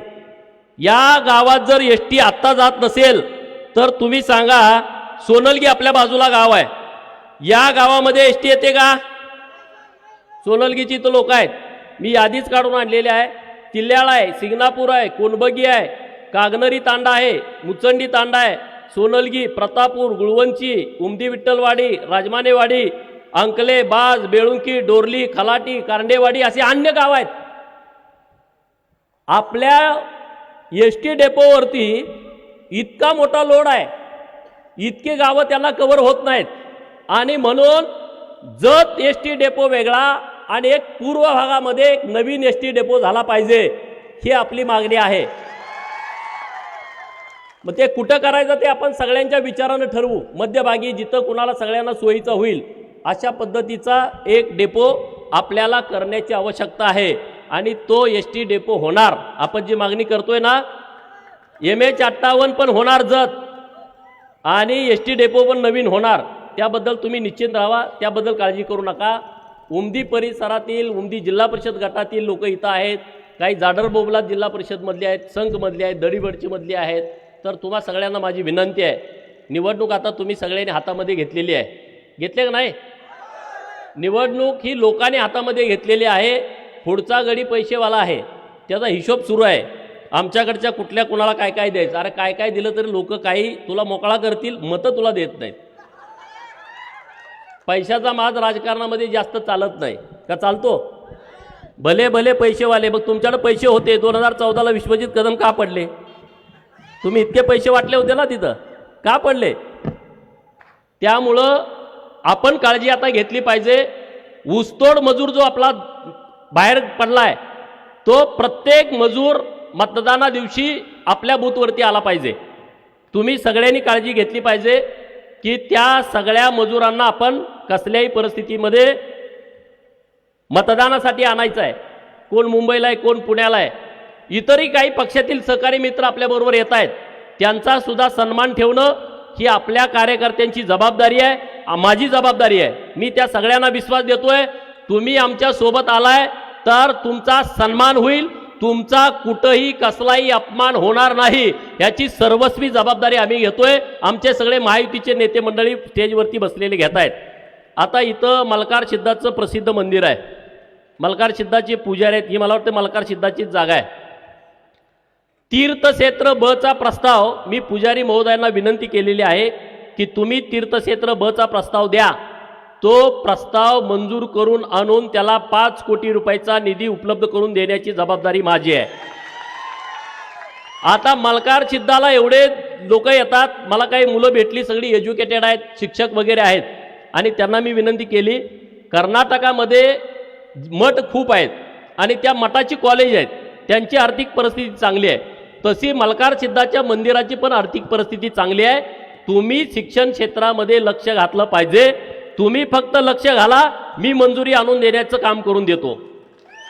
आता हे एवढ्या मोठ्या जागा आहेत ना, यामध्ये एखादं एज्युकेशन हब तयार होऊ शकतं आणि त्याला लागणारी सगळी ताकद मी देतो. तुम्ही चिंता करू नका, अख्खं सरकार तुमच्या बाजूने उभा करतो. तुम्ही फक्त प्रस्ताव द्या, तुम्ही फक्त ठरवा हे करायचं आहे काय. तुम्हाला BMS कॉलेजपर्यंत करायचं ठरवलं तर मी मिळवून देतो, मंजुरी मिळवून देतो. तुम्ही चिंता करण्याचं कारण नाही. परवा भिवर्गीला गेलो, तिथं एक प्रसिद्ध मंदिर आहे, आता मला नाव आठवना त्या मंदिराचं, बेळण सिद्ध, मला वाटतं मल्हार सिद्धाचं आणि त्यांचं नातं आहे, वडील आहेत ते पण मंदिर खूप प्रसिद्ध आहे. आपल्या जत तालुक्यामध्ये गुड्डापूरचं दानम्मा देवीचं मंदिर 5 कोटी रुपयाचा निधी आपण उपलब्ध करून दिला. तत्पूर्वी 10 लाख रुपये सुद्धा निधी कुठल्या आमदारांनी तिथं दिलेला नाही. कर्नाटक सरकारने 11 कोटी दिले, आपण 5 कोटी रुपये तिथं 15 दिवसाच्या आतमध्ये उपलब्ध करून टेंडर करून काम सुरू झालं. लगेच परत तिकडं काळभैरवाचं मंदिर आहे बिळूरला, तिथले मला जीवनावर काका लक्ष्मण जगवंत साहेब भेटले की आमच्या मंदिराला 3 कोटी रुपयाचा निधी पाहिजे. आम्ही 3 कोटी रुपयाचा निधी उपलब्ध करून दिला. परवा मी उमराणीला गेलो, आप्पासाहेब नामत काका आमच्या भाजपाचे नेते आहेत, ते काय बोलले की दानम्मा देवीचं हे जन्मस्थळ आहे उमराणी, आणि म्हणून मी त्यांना शब्द दिला की तुम्ही सुद्धा प्रस्ताव द्या, तीर्थक्षेत्र ब मध्ये आपण हे मंदिर आणू आणि तिथं सुद्धा 5 कोटी रुपयाचा निधी आपण उपलब्ध करून देऊ. तुम्ही म्हणाल एवढा निधी द्यायला तू काय मंत्री आहेस का? मी मंत्री नाही, पण मी मंत्र्यांच्याकडून निधी आणू शकतो. मी जे शब्द तुम्हाला देतोय ना ते सगळे शब्द पुरे करणार. परवा वळसंगची मिटिंग झाली, वळसंगच्या तिथं एक दानम्मा देवी संगतीर्थ मंदिर आहे, तिथं तर लाखो लोक येतात आणि ते फॉरेस्टमध्ये आहे. मी तिथल्या सगळ्या लोकांना शब्द दिला, ती फॉरेस्टमध्ये जमीन आहे, तर पहिल्यांदा फॉरेस्टमधून जमीन देवस्थानसाठी आम्ही मिळवून घेऊ आणि मग त्याचा प्रस्ताव सादर करू. बनाळीमध्ये मी गेलो, बनाळीमधल्या लोकांनी म्हणलं की आम्हाला काही निधीच नाही. मी माझ्याकडे 30 लाख रुपयाचा निधी होता, तात्काळ दिला, त्यांचा तीर्थक्षेत्र बचा प्रस्ताव त्यांनी दिलेला आहे. मी का सांगतोय हे? राज्य सरकारच्या योजना आहेत. 2200 मंदिरांना, किती 2200 मंदिरांना आपल्या सरकारनं पुण्यश्लोक अहिल्यादेवी होळकर तीर्थक्षेत्र विकास आराखडा मंजूर केला आहे महाराष्ट्रातल्या 2200 मंदिरांना. आणि त्यामध्ये आपली मंदिरं पाहिजेत ना, एवढी पुरातन मंदिर आहेत, लाखो लोक इथे येत आहेत. का नाही इथल्या आमदारांनी प्रस्ताव केले? का नाही तुम्हाला प्रस्ताव करण्यासाठी प्रवृत्त केलं? इतका मोठा निधी येणं बाकी होता, 5-5 कोटी रुपये निधी, मोठी कामं होऊन जातात. मी खलाटीला गेलो होतो काल, तिथं लखाबाईचं मंदिर आहे, लाखो लोक तिथे येतात, जायला रस्ता नाही. हे सगळे जे विषय आहेत ते विषय आपल्याला मिटवायचे आहेत. नुसती आमदारकी मिरवायला नसते, नुसती आमदारकी मुर्मीकरणाचे रस्ते करून पैसे खायला नसते, नुसती आमदारकी दिखावापणा नसतो. त्या आमदारकीतून काम व्हायला पाहिजे मित्रांनो. आता उदय सामंत साहेब इतक्या गडबडीत गेले, आमच्या सहकारी मित्रांचा सगळ्या प्रवेश होता, मी तुमची माफी मागतो. आता आणि परत मंत्री येणार आहेत, त्यांच्या उपस्थित कार्यक्रम घेऊ. तुम्ही म्हणा असं का झालं, करू ना. आमचे सहकारी मित्र आज आपल्याला साथ देण्यासाठी भाजपामध्ये प्रवेश करतायत. भारतीय पार्टीबरोबर जनता पार्टीबरोबर येण्याचा त्यांनी निर्णय घेतलेला आहे. मी त्यांना पार्टीच्या वतीनं इतकंच आश्वस्त करतो, तुमच्या गावामध्ये जी कामं आहेत, तुम्ही लोकांना शब्द दिलाय किंवा माझ्या विधानसभेसाठी लोकांना शब्द देणार आहात, तो शब्द पूर्ण करून देण्याची जबाबदारी आम्ही सगळे पार्टीची लोक घेतोय आणि तशा पद्धतीनं आम्ही तुम्हाला त्याचा उत्तर निश्चितपणे देऊ. आता बरेच सगळे भागातून मंडळी आलेले आहेत. विस्तारित मैशाळ योजनेचं काम सुरू आहे आणि ते काम पूर्ण होण्याच्यासाठी अधिकाऱ्यांच्याकडे पाठपुरावा करणं, तिथल्या कॉन्ट्रॅक्टरकडे पाठपुरावा करणं, पैशाचा तर सगळा विषय मिटलेला आहे. ते सगळे विषय आपण व्यवस्थितपणे मार्गी लावून देऊ. आता जातीवाद गोपीचंद करतोय असा एक सुरू आहे. आमच्या मतदारसंघामध्ये जातीवाद नव्हता आणि गोपीचंद आल्यामुळं जातीवाद सुरू झालाय असं काय काय पुढारी म्हणतायत. तुम्हाला मतं दिली आमच्या लोकांनी तेव्हा जातीवाद नव्हता, बरोबर? तुम्हाला मतं देऊन एवढ्या वेळा आमदार करतोय, झडपीला पाठवतोय, मार्केट कमिटीला पाठवतोय, जिल्हा बँकेला पाठवतोय, आमचा पोरगा कोणी उभा राहत नाही तेव्हा आमचा जातीवाद नाही. लोकसभेला कोणी संजय काकाला, कोणी विशाल पाटलांना मतं दिली तेव्हा आमचा जातीवाद नाही. अरे मग आम्ही उभा राहिलं का जातीवाद सुरू होतोय? आणि लिंगायत आणि धनगरांचं पहिल्यांदा महाराष्ट्रातलं कॉम्बिनेशन जतमध्ये होतंय. या प्रस्थापितांचं लक्ष लागलंय, प्रस्थापितांचं लक्ष लागलंय. अरे हे गणित फार मोठं मांडलंय. मी तुम्हाला सांगतोय हे गणित तुम्ही यशस्वी करा. महाराष्ट्रामध्ये कशा पद्धतीनं राजकारण लिंगायत धनगरांच्या कॉम्बिनेशनचं होतंय हे मी तुम्हाला दाखवून देतो, हे मी तुम्हाला दाखवून देतो. तुम्ही ते सिरियसली बघा. आता म्हणे गोपीचंदला पाडायचा, लिंगायत समाजाच्या मतामध्ये विभागणी करायची. अरे लिंगायत समाज हुशार आहे, त्यांना राजकारण चांगल्या पद्धतीनं कळतंय आणि मला इथं उभा करायला कोण भाग पाडलं? धनगर समाजाची माणसं माझ्याबरोबर तर आहेत 100%, पण मला इथं उमेदवारी करायला भाग पाडलं डॉक्टर रवींद्र आरळींनी. मला इथं उमेदवारी करायला भाग पाडलं संजय तेलीनी, नंतर सुभाष गोब्बी, चंद्रशेखर गोब्बी, आप्पासाहेब नामत काका, नंतर इकडं आपले माळी साहेब माडगाळचे, इकडं बेंडोळगीचे चेअरमन आपले बोरामणी चेअरमन, तिकडं आरके पाटील त्यांची मुलं, जीवनावर काका, लक्ष्मणराव जगगोंड, तिथं रमेश बिरादार सर आहेत. अरे किती मंडळी आहेत. माझ्या डोक्यात ही आरळी साहेबांनी ह्यांनी घातलं. 8-10 वेळा माझ्याकडे ही मंडळी आली, म्हणले तुम्ही उभा राहायला लागतंय. म्हणजे मी काय असाच येऊन इथं उभा राहिलो नाही मित्रांनो. आज जे गणित जुळायला लागलंय ना ते तुम्ही व्यवस्थितपणे राजकारण समजून घ्या. आपल्या मतामध्ये विभागणी करण्याचा प्रयत्न काही लोक जाणीवपूर्वक करतायत, तर तो प्रयत्न होता कामा नये. गावाच्या गावं एक झालेली आहेत.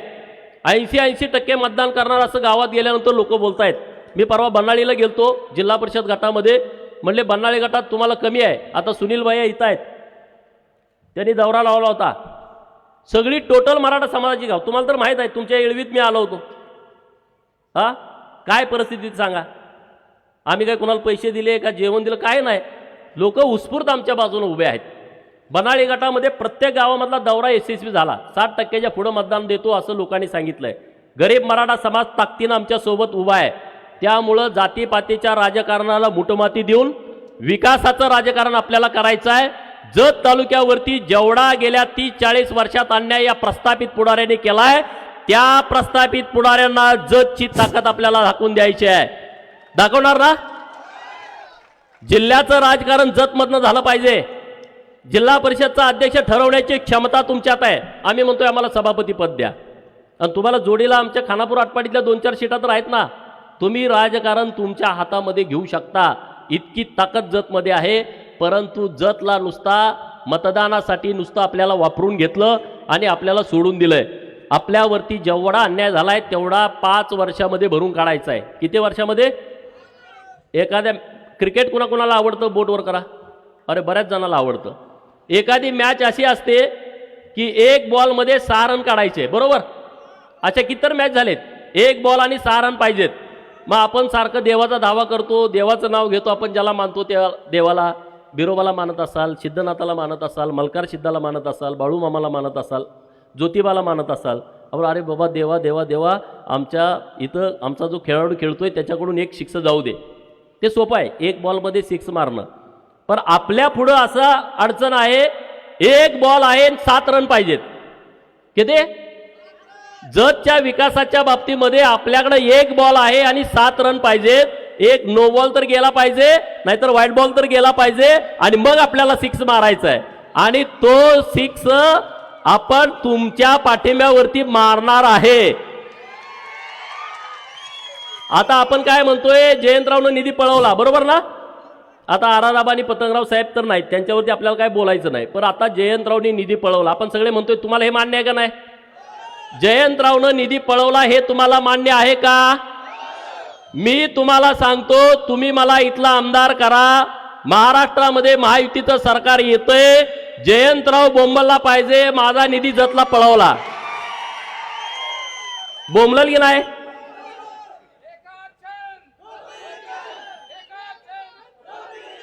राजसत्तेमध्ये प्रचंड ताकद असते मित्रांनो, राजसत्तेमध्ये प्रचंड ताकद असते. तुम्ही मला फक्त निवडून द्या, मी 100% बोंबलायला लावतो, 100% बोंबलायला लावतो. आणि तोपर्यंत बोंबलायला लावतो जोपर्यंत आपला बॅकलॉग भरत नाही. मग तुमचा निधी तुम्हाला, आमचा निधी आम्हाला. जोपर्यंत हिशोब बराबर होत नाही तोपर्यंत कॅल्क्युलेटरवर, बरोबर ना? तुम्ही चिंता करू नका. उमदी भागामध्ये एवढी मोठी MIDC होतीये, 540 हेक्टर तुम्ही जमीन दिले. कोण कोण शेतकरी तिथं हातवर करा.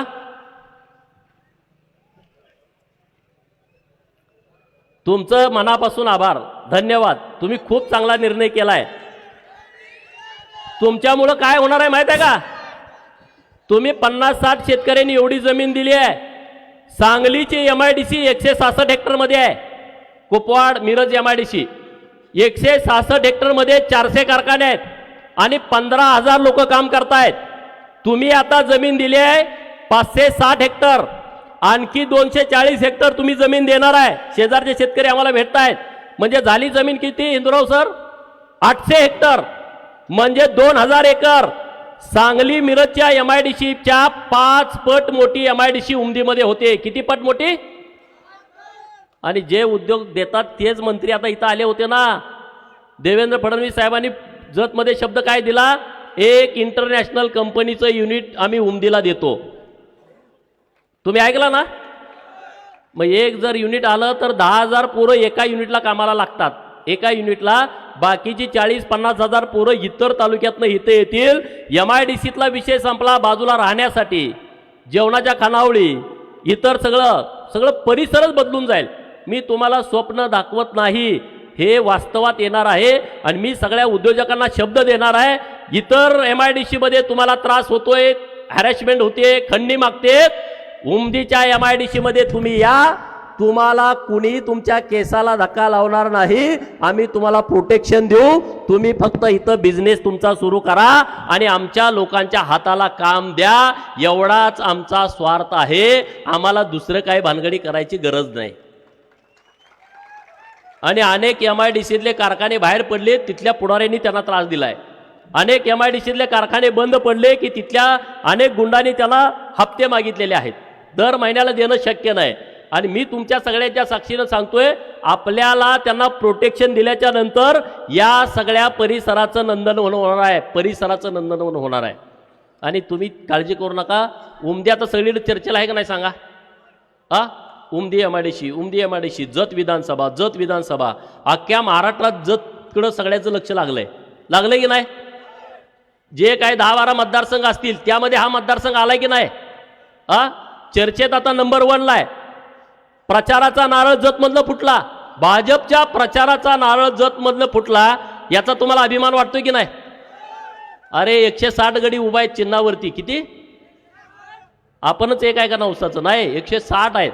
परंतु देवेंद्र फडणवीस साहेबांना वाटलं की जत मतदारसंघ 288 नंबरचा आहे, मला तो 1 नंबरवरती आणायचा आहे, म्हणून त्यांनी जतला प्रचाराचा नारळ फोडला.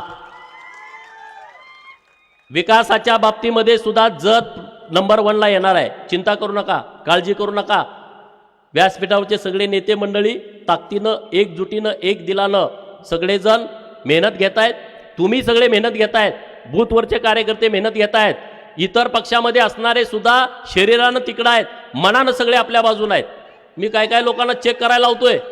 मी एक काँग्रेसच्या कार्यकर्त्याला काल पाठवलं, म्हणलं जे जे काँग्रेसचे तिकडं काम करते त्यांना जाऊन भेट, त्यांना म्हण की इथनं आपण अजिबात ताकदीनं काम करायचं. ते हळूच म्हणते तुम्ही कशाला असलं करताय राव. त्याला समजून सांगायला लागलेत, तुम्ही असलं सांगू नका. गुपचूप तुम्ही सुद्धा दणका द्या. ते ज्या लोकांना सांगायला मी पाठवलं होतं ती लोक त्यांना सांगतायत. आता त्यांच्याकडे एकच विषय राहिलाय, पैसा.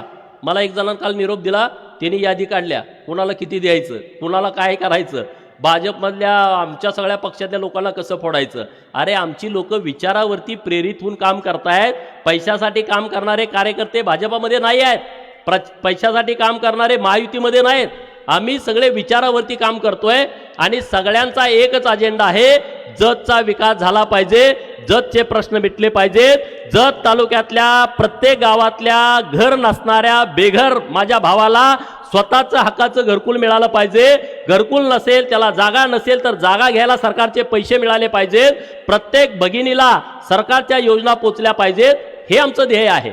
आता आमचे संकपाळ साहेब, आमचे एसटीचे सगळे कर्मचारी सगळे भेटले सकाळी आणि त्यांनी एक आयडिया मला दिली. काय आयडिया दिली की 12वी पर्यंत मुलींच्यासाठी मोफत पास आहे आणि तो ग्रॅज्युएट पर्यंत झाला पाहिजे. खूप चांगली तुमची सूचना आहे आणि मी तुम्हाला विश्वासानं सांगतो, आता एसटी आपल्यासाठी काय मास्टरकीच आहे, तुम्ही त्याची चिंता करू नका. महाराष्ट्रातल्या मुलींच्यासाठी ग्रॅज्युएट पर्यंत शिक्षण घेणाऱ्या मुलींना पास मोफत झाला पाहिजे. यासाठी 25 तारखेला आमचं सरकार आल्यानंतर, मुख्यमंत्री पदाची सरकारची शपथ झाल्यानंतर मी पहिल्यांदा त्यांच्याकडे जाणार आणि हा मुलींच्यासाठी निर्णय करून घेणार म्हणजे घेणार. तुम्ही अजिबात चिंता करू नका. शेतकऱ्यांच्यासाठी तर इतके निर्णय घेतलेत. हे बघा, इथं कोण आहे का असं म्हणतात की ज्याला केंद्र आणि राज्य सरकारची कुठलीच योजना मिळाली नाही, असं कोण आहे का? हात वर करा. कोणीच नाही. एक तर कोविडची लस तर आपण सगळ्यांनी घेतल्या. तुम्ही म्हणाल आमदार आहे, तुम्ही पण सगळा लाभ घेताय का? मी सगळा लाभ घेत नाही.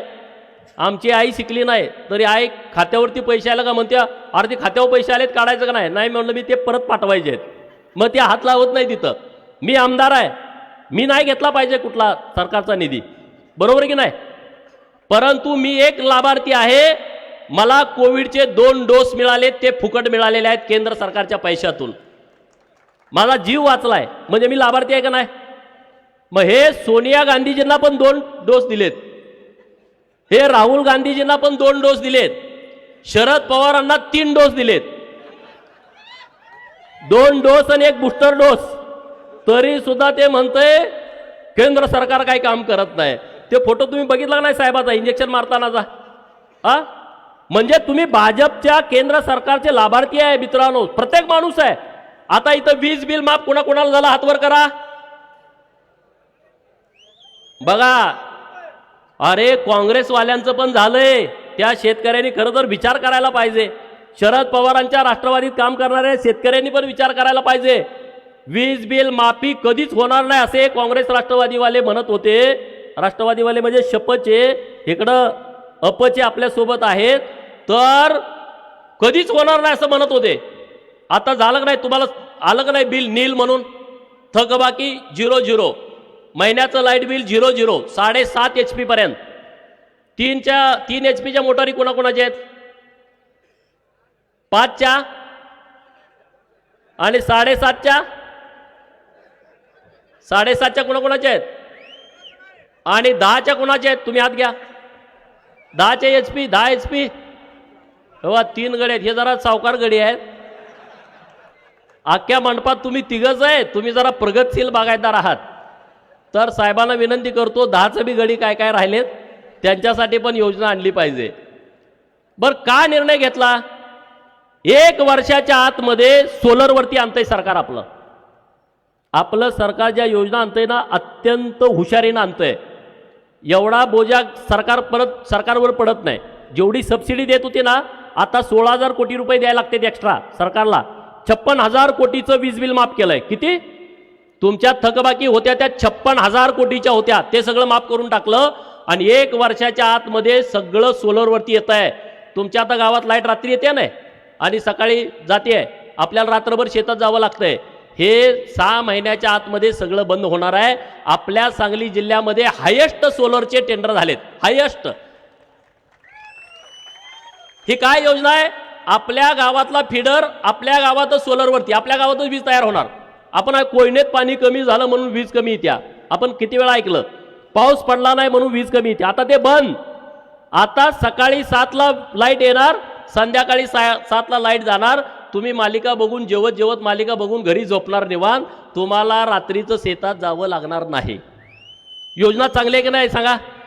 एवढी बेस्ट योजना आणलेली आहे. आता तुम्हाला 2 डाम 3 डाम कनेक्शन घ्यायची गरज नाही. आता सरकारनं सगळ्यांना सोलर द्यायचं ठरवलंय. 3 HP सोलर तुम्हाला पाहिजे 17,000 रुपये भरायचे. 5 HP सोलर आणि पंप पाहिजे तुम्हाला 27,000 भरायचे. एकदा भरलं डायरेक्ट जोडून देणार, तुम्हाला कुठं इकडं तिकडे हेलपाटा घालायला लागणार नाही. आता तुमचे डीपी चालतात. डीपी 2-2 महिने मिळत नव्हते. काल सुसलाची पोर आहेत का इथं? बघा हिंदूराव शेंडगे साहेब काल सुसलाचा डीपी जाळला होता. ह्याने मला मेसेज केला संजय रावनी 63चा डीपी आहे 100चा द्या. मी लगेच एका दिवसात पाठवून दिला. गडी सगळं बिघाडलं, त्याला डीपीच जोडू दिला. 3 तास त्यांचं भांडण. बरोबर ना? फाईट झाली तिथं. आमदारांना वाटलं माझ्या गावात 63चा डीपी 100चा कसा काय आला मला न सांगता. हे यासाठीच गोपीचंद इथं उभा आहे, यासाठीच उभा आहे. गोपीचंद उभा यासाठीच आहे की शेतकऱ्यांना 2-2 महिने तुम्ही वाट बघायला लावता. 2-2 महिने.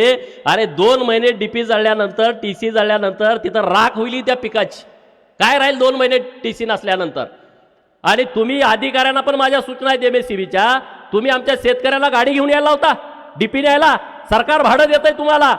येथून पुढं जत तालुक्यामध्ये कुठलाही ट्रान्सफॉर्मर देताना, TC देताना शेतकऱ्यानं गाडी भाड्यानं करून जाण्याची आवश्यकता नाही. त्या सरकारच्या पैशात तुम्हाला येऊन जोडायचे आहे.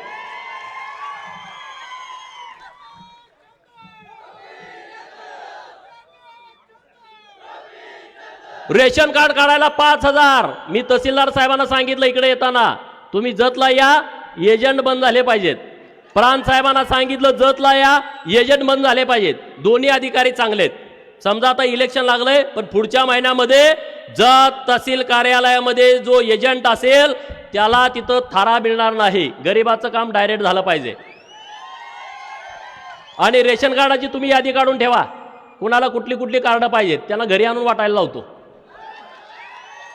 मला भुजबळ साहेबांनी सांगितलं होतं कुठली कुठली कार्ड आहेत मला सांग, त्याला घरीच जाऊन द्यायला होतो. पण तुमच्याकडून यादी झाली नाही. मी बऱ्याच जणांना सांगितलं कुणाला कार्ड पाहिजेत सांगा. भुजबळ साहेबांच्याकडे ते खातं होतं. ते म्हणजे माझ्याकडे फक्त यादी दे, मी इकडून सगळी ती घरी पाठवतो सगळे. अरे सरकार चालवायला आलं पाहिजे ना. आमदारकीचा वापर योग्य करायला आला पाहिजे. मी तुम्हाला शब्द देतो, दर महिन्याला जत तहसील कार्यालयामध्ये आपल्याला जनता दरबार घ्यायचा आहे. दर महिन्याला तुम्ही मला आमदार निवडून दिल्यानंतर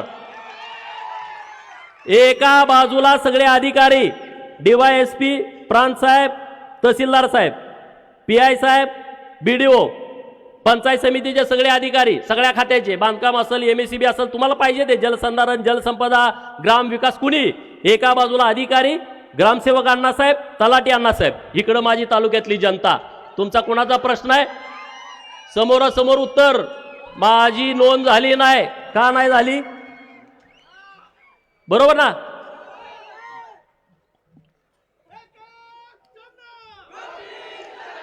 जर आमदार तुमच्या पुढं 11 ते संध्याकाळी शेवटचा माणूस जाईपर्यंत बसला, कुणाची हिंमत होईल का तुम्हाला पैसे मागायची? होईल का सांगा ना? अरे तुमच्यात आमसभा पण झाल्या नाहीत, आढावा बैठक पण झाल्या नाहीत. मी आढावा बैठक मागे घेतली होती. आढावा बैठक व्हायला पाहिजे, नाही झाली. आमसभा व्हायला पाहिजेत, नाही झाल्या. मी सांगतोय तुम्हाला, मी अजेंड्यात लिहिलंय माझ्या, प्रत्येक महिन्याला जनता दरबार हा तहसील कार्यालयामध्ये असेल. सरकारी इंतमामात. काही चिंता करू नका, काही काळजी करू नका. मी तुम्हाला पिक्चरची स्टोरी सांगत नाही. मी जे वास्तवात काम करणार आहे तेच मी तुम्हाला सांगतोय. आणि मग जे गडी विरोधात आहेत त्यांना जाऊन संध्याकाळी भेटा. एक एक कटवाई गडी तिकडं आहे तो. कुणाकुणाचं दोस्त काँग्रेसमध्ये हातवर करा. किती जण आहे राव तुम्ही? हिंदूराव शेंडगे साहेबांनी केलेत बरेच गडी गोळा. तुम्ही तिकडे जे दोस्त आहेत का नाही त्यांना जरा सांगा समजून. इथल्या इथं तुम्ही 1-2 माणसं कटवा, तिकडे डिपॉझिट राहत नाही. काय त्यांनी करायचं ते करू द्या.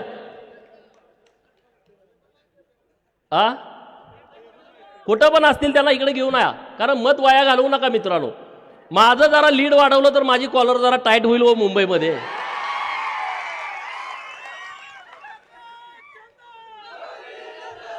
बऱ्याच गड्यांना प्रश्न पडला, ह्यो निवडून येतोय का नाही. त्यांना इथं एवढं रान फाटलेलं वर माहीत नाही. बरोबर ना? एवढं रान फाटलेलं त्यांना माहीत नाही. पण आता 23 तारखेनंतर आपला धुमाकूळ होईल राज्यभरामध्ये. मी तुम्हाला एवढा शब्द देतो, की जतला जेवढा त्यांनी अपमान केलाय, जत तालुक्याचा, आटपाडी तालुक्याचा, कवठे मंकाळ आणि खानापूर या तालुक्याचा खूप वेळा अपमान झाला. राजकीय अपमान, सामाजिक अपमान मोठा झालाय. तुम्ही मला निवडून दिल्यानंतर त्याच पटीमध्ये सन्मान मी आपल्या तालुक्याला मिळवून देईल. त्याच पटीमध्ये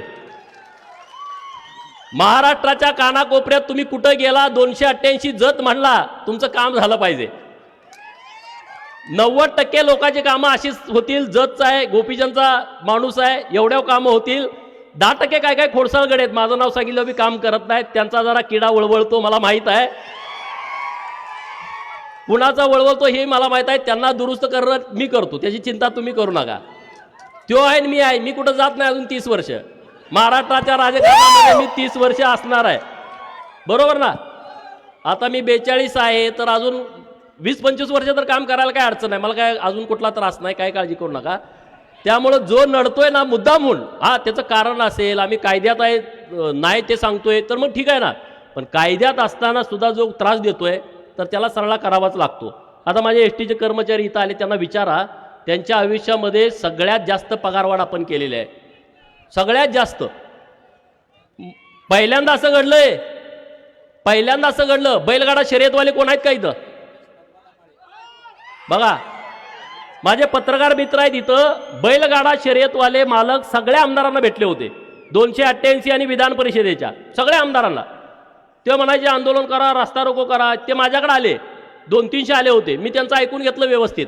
ते म्हणले राव बैलगाड्याची शर्यत बंद आहे आणि मग ती चालू करायला पाहिजे. मग मी म्हणलं तुम्ही काय काय केलं? आम्ही रस्ता रोको केलं, आम्ही मोर्चा केला, आम्ही मेळावे केले, आम्ही जेलबरो केलं, आम्ही सगळं केलं, उपोषण केलं, कोण दाद देणार? बरं ठीक आहे म्हणलं, मला जरा मी सगळी डिटेल माहिती घेतो आणि आपण एक आंदोलन करू. परत दुसऱ्यांना मी त्यांना बोलवलं, तोपर्यंत मी डिटेल माहिती घेतली. डिटेल माहिती काय होती?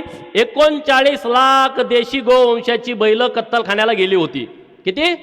39 लाख बैल. मग त्यांना मी सांगितलं आपण एक आंदोलन करू. कुठलं आंदोलन? बैलगाड्याची शर्यतच भरवू, हेच आपलं आंदोलन.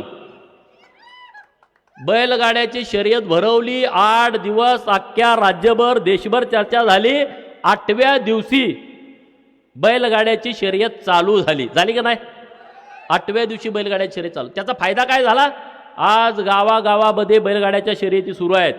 बैलगाड्यावरती तिथं चिरमुरे विकणारे, फुटाणे विकणारे, मेवा विकणारे, गुलाल विकणारे, कासरं विकणारे, व्यसन विकणारे, नंतर तिथं वडापाववाले, आपल्या भुईमुगाच्या शेंगा विकणारे, ज्यूस विकणारे, सरबत विकणारे, ऊसाचा, किती लोक त्याच्यावरती अवलंबून आहेत बघा ना.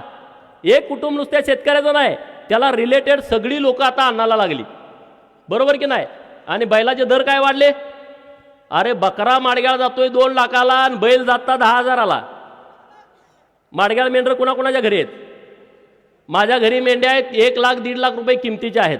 आमच्याकडे काय काय गडी आहेत 5-5 लाखाला विकतेत.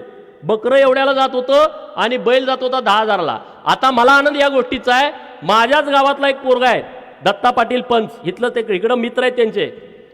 मी मुंबईमध्ये मंत्रालयात होतो. रवी चव्हाण साहेब मंत्री महोदयांचा एक मित्र आहे संदीप माळी, ते मला भेटले. ते मला म्हणले अहो तुमच्या गावाल्याला सांगा की मला बैल देणार. मी म्हटलं काय झालं सांगतो की, मी पण जरा त्यात काय म्हणलं बैल द्यायचा आहे नुसता. मी म्हटलं सांगतो फोन करून. अहो म्हणला मी 50 लाखाला बैल मागतोय, तो 75 लाख रुपये म्हणतोय. मागच्या महिन्यातली गोष्ट आहे ही.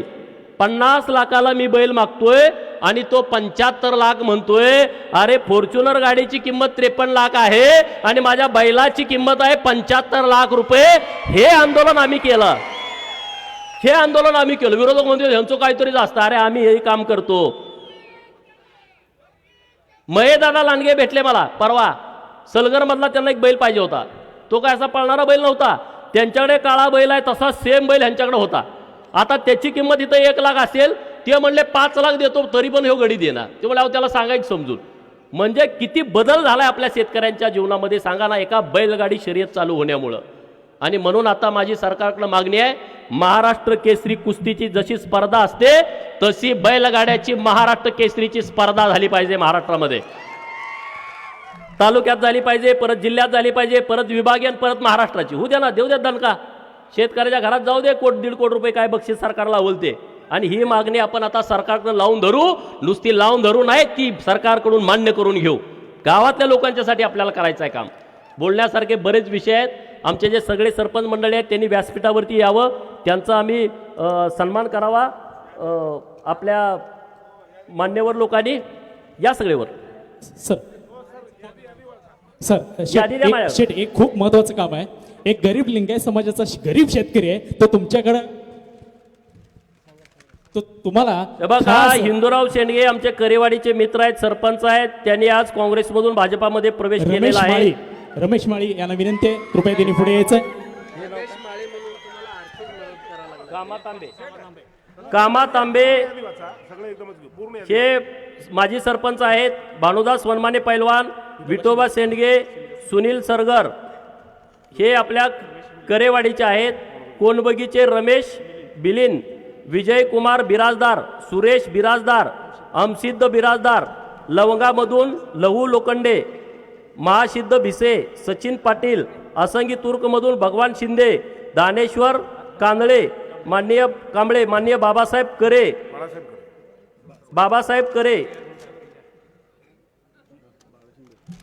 एवढे सगळे रमेश मंडळी. माळी. दुळकरवाडीतून आकाराम करे, माननीय पिनू राठोड, माननीय विठ्ठल बनगर, माननीय गणपती करे, माननीय समाधान करे. दरीबडचीतून अमोक्षित शेंडगे, माननीय राजेंद्र आटपाडकर, माननीय रमेश माळी, कोत्तेव बोबलादमधून माननीय बिरुदेव करे, माननीय अंबादास करे. मोरबगीतून आप्पासो गोंडा बगली, लक्ष्मण गोंडा बगली, भीमराय करकल, महेश पाटील, महेश अंकलगी.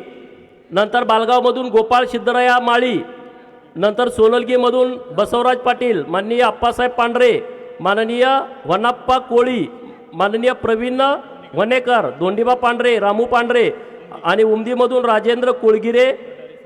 वडार समाजाचे नेते, रेड्डे समाजाचे नेते माननीय सोमलिंग बोरामणी, माननीय सिद्धूगौड पाटील हे सोबत आहे. नेते शेठ एक अतिशय महत्वाचं होतं. एक गरीब लिंगायत समाजाचा शेतकरी हा आपल्याला 11,000 रुपयाची देणगी खास आपल्या या गोपीचंद पडळकर साठी देते. एक गरीब शेतकरी बघा, लिंगायत समाजाचा एक गरीब शेतकरी खऱ्या अर्थानं आपल्या या ठाणे वाघाला निवडणुकीसाठी 11,000 रुपयाची देणगी देतोय. खऱ्या अर्थानं गोपीचंद पडळकर हे सामान्यातले नेते म्हणून इथं उदयास येतात.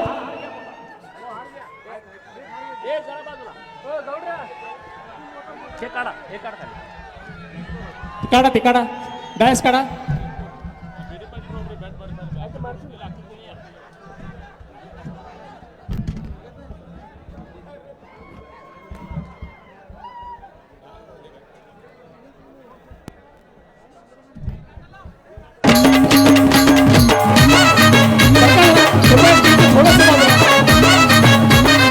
आपल्या या भागावाल्याचा सत्कार माननीय गोपीचंद पडळकर, तुमचं आमचं उलटून नेतृत्व, महाराष्ट्राची आदरणीय गोपीचंद पडळकर साहेब. मनामध्ये स्थान त्यांचं हाय. पडळकर साहेबाचा दणका नाही बाबा, नाही रे तुला सोसायचा नाही. पडळकर साहेबाचा दणका नाही बाबा, नाही रे तुला माननीय गोपीचंद सोसायचा. पडळकर, माननीय गोपीचंद पडळकर साहेब आणि भारतीय जनता पार्टी व महायुतीच्या माननीय गोपीचंद पडळकर साहेब यांना परवाच मताने निवडून द्यायचं आहे. आणि आपल्या या ठाण्या वाघाला, कर्जावरती राज केलं या साहेबांनी रे. आपल्या या ठाण्या वाघाला विधानसभेमध्ये पाठवायचं आहे. तुमचं आमचं काळीच म्हणजे माननीय गोपीचंद पडळकर साहेब, तुमचा आमचा विश्वास म्हणजे माननीय गोपीचंद पडळकर साहेब, तुमचा आमचा श्वास म्हणजे गोपीचंद पडळकर साहेब. वाली हाय दिनाचा जनता ही पाठीशी हाय. पडळकर साहेबाचा दणका नाही बाबा, नाही तुला सोसायचा नाही. पडळकर साहेबाचा दणका नाही बाबा, नाही तुला माननीय गोपीचंद पडळकर साहेब, तुमचा आमचा महाराष्ट्राची मुलक मैदान तो गरिबांचा केवारे, बहुजन हृदय सम्राट माननीय गोपीचंद पडळकर साहेब. हलक्यात घेईल त्याला लईच जड जाईल. गोपीचंद पडळकर एवढा सोपा नाही रे. खऱ्या अर्थानं विधानसभेमध्ये आपल्या ठाण्या वाघाला पाठवायचं आहे. सोसायचं जड आपलं काम गोपीचंद करून घेण्यासाठी एवढा सोपा तुमचं नाही आमचं सामान्य जनतेचं काम करून घेण्यासाठी या वाघाला विधानसभेमध्ये सरकार फोडण्यासाठी सुट्टी बनवायचं आता नाही साहेबाचा तनिका नाही बाबा नाही रे तुला सोसायचं नाही पडळकर साहेबाचा आणि तनिका नाही बाबा नाही पडळकर साहेबाची एक नंबरचं कमळाचं बटन दाबून आपल्याला प्रचंड बहुमताने विजय करायचा आहे माननीय गोपीचंद पडळकर साहेब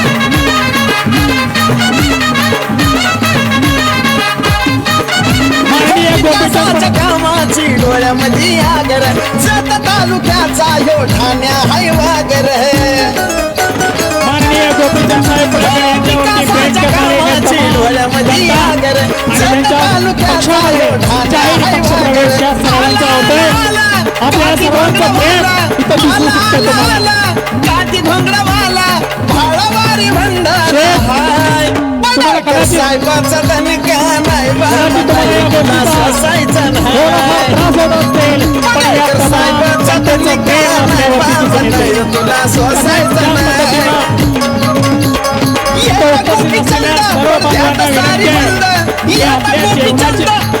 सारी बंद मनामध्ये स्थान त्यांचं हाय आपल्या साहेबाचा तनिका नाही बाबा नाही तुला सोसायचं नाही साहेबाचा तनिका नाही बाबा नाही तुला सोसायचं